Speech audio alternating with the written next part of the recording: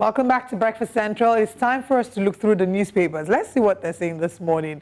We begin with the Daily Independent newspaper. On the front page of the Daily Independent, Army Kaduna airstrike on civilians, which was a big story that we talked about yesterday and the day before. Northern groups finger lack of coordination by the military. We did have a security expert join us on the show to talk about it, and he shared how this in war terms, in international law of war, it will be referred to as collateral damage. Call for independent investigation over killing of 120 villagers. That's, of course, still the Northern group calling for that. Protesters storm National Assembly, ask Defense Minister Badaru to resign. PDP demands thorough investigation and compensation. All these protests, all these demands, and all these calls, will they amount to anything? Would it just be rubble? We're just rubble raising dust, and after a while the dust settles and everybody moves on like nothing's happening. This protest, very important. These calls, very important. But then what next? NNPC Limited seals LNG deals for domestic international markets.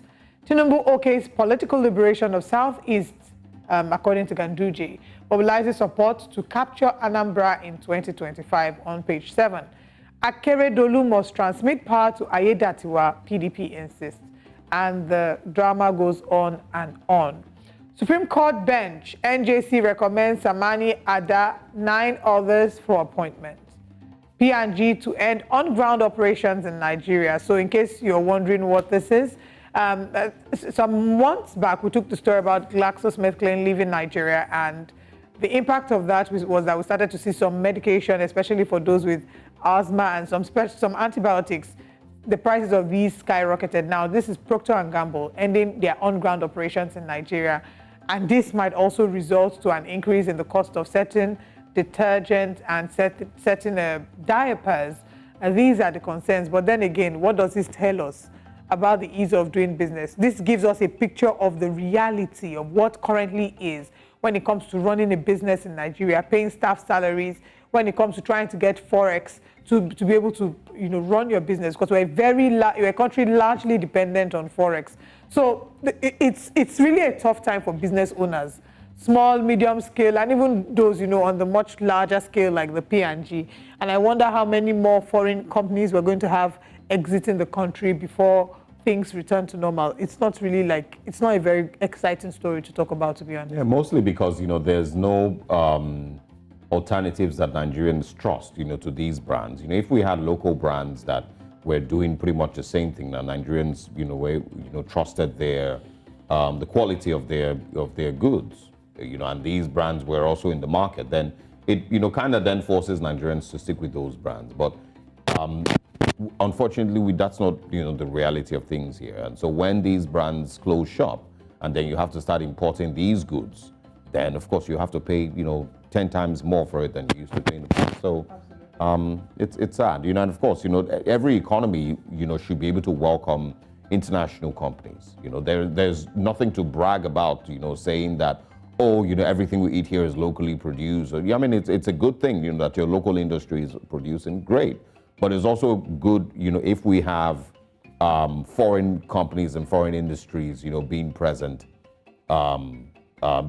here in the country. You invest in foreign currency into our economy, and of course, we're bringing in their foreign currency to of course boost our market here also. So we can have both. I remember when it started happening during the former president's tenure, they clapped. They made mockery of these companies that were shutting down because they could no longer afford. Or they could no longer stand doing business here. There were people who were making mockery of them and saying, oh, the 16 years of PDP, where people were stealing is gone. That's why these countries can no longer function here. Which was completely false. It was simply because the ease of doing business and, of course, the possibility of doing business here in Nigeria became, much, much harder. Well, we're heading to 16 years of APC, and now we'll see what will become of the country by the time we're done. Now, this next story is one that I would really like to read. Why insecurity persists despite huge allocations. And this is an explanation according to the Chief of Defense Staff. And I'd like to see what the explanations are. Expatriates steal jobs meant for Nigerians, NASS alleges. Says foreign prisoners working in Nigeria's construction companies. Nigeria losing revenue to tax waivers, Senate tells federal government. So this is, of course, in reference to the story we took some days ago about how they're waiving LIRS is waiving tax. Sorry, the FIRS is waiving tax for business owners who have, tax debts or tax offenses that have accrued over time. So they're going to be waiving. National Senate is now telling federal government that Nigeria is losing revenue. Why was it not a problem for them when they were looking at budgets and they didn't do a thorough job and they saw all those very excessive amounts? They didn't think that Nigeria was losing revenue then. They didn't think Nigeria was losing revenue when, expensive vehicles were being purchased. We didn't see all the other loopholes to cover. Now that we're trying to make life a little easier for business owners that are foreign are leaving the country. The ones that we have here are struggling. Yeah. We're trying to make life a little better. And then the Senate is telling federal government that we're losing revenue. Well, I think it's, maybe also better to understand properly what they mean by tax waivers, because tax waivers have always been given. It happens across the world.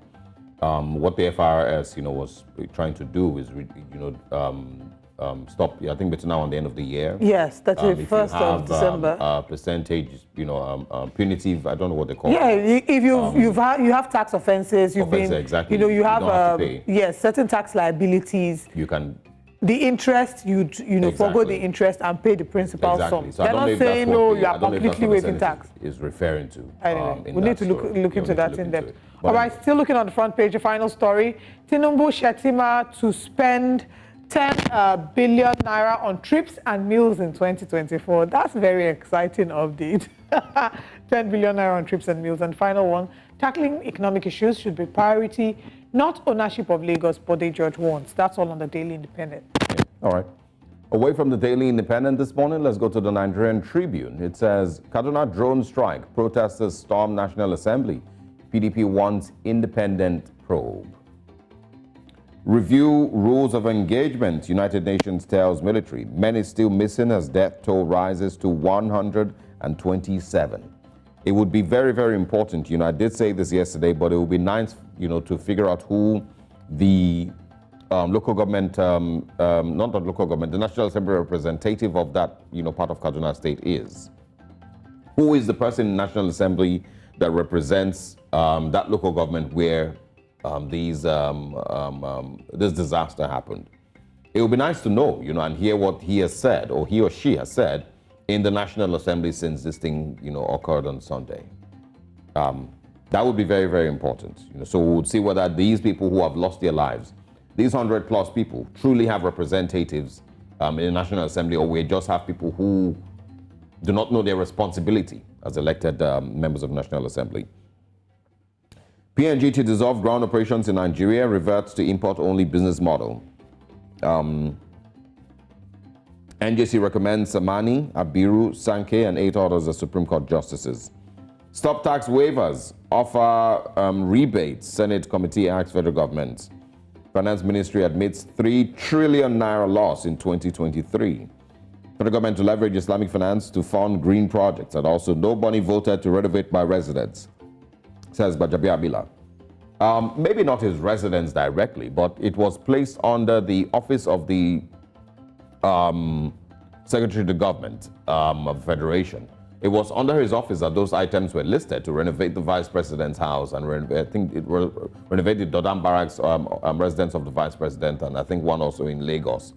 And then there's one also on IT, improvement of IT details in his residence. So it may not necessarily have been the Secretary to the Government of Federation's residence. I don't know that there is anything like that. But those things were placed, if you look at the budget details, they were placed right under the subheading of the Secretary to the Government of the Federation. So I'm sure he understands why Nigerians are outraged. Police arrest suspected ritualist over death of 100-level OAU students. Court of Appeal relocates Kogi Governorship Election Petitions Tribunal to Abuja. Alleges attack on Tribunal Secretary. Police warn against inflammatory statements. And I think we can quickly just speak on one of them here that says federal government to leverage Islamic finance to fund green projects. The finance minister admitting a 3 trillion naira loss in 2023. That's one, that I think caught my attention, that I feel, needs to also be highlighted, and the point is Nigeria being able to, as a nation, been able to block the loopholes through which the government continues to be hemorrhaging itself by having so many loopholes where Nigeria's money is stolen in different MDAs across the country. There needs to be more investment in software, more investment in processes, more investment in tech, somehow, some way, that enables or reduces the ability of people to steal government funds. In almost every ministry, department, agency across the country, there's allegations that there is a high level of theft going on, and it goes on year in, year out, week in, week out, in these MDAs across the country. It's not just in the NNPC, it's not just in, Nigeria's crude oil sector, not just in any of these major ones that we keep talking about, in the customs and the likes, in almost every MDA across the country. And so these are things that must be done. If we need to save more money, if we need to make more money for the country, if Nigeria needs to know exactly how much it makes every year, then these are things that must be done. These are the stories that we can share at this time on the Nigerian Tribune, and the stories that we can share from the newspapers. We will, of course, encourage you to read more of these stories, and of course, grab a copy of either of these newspapers and read more about them, and of course, get informed.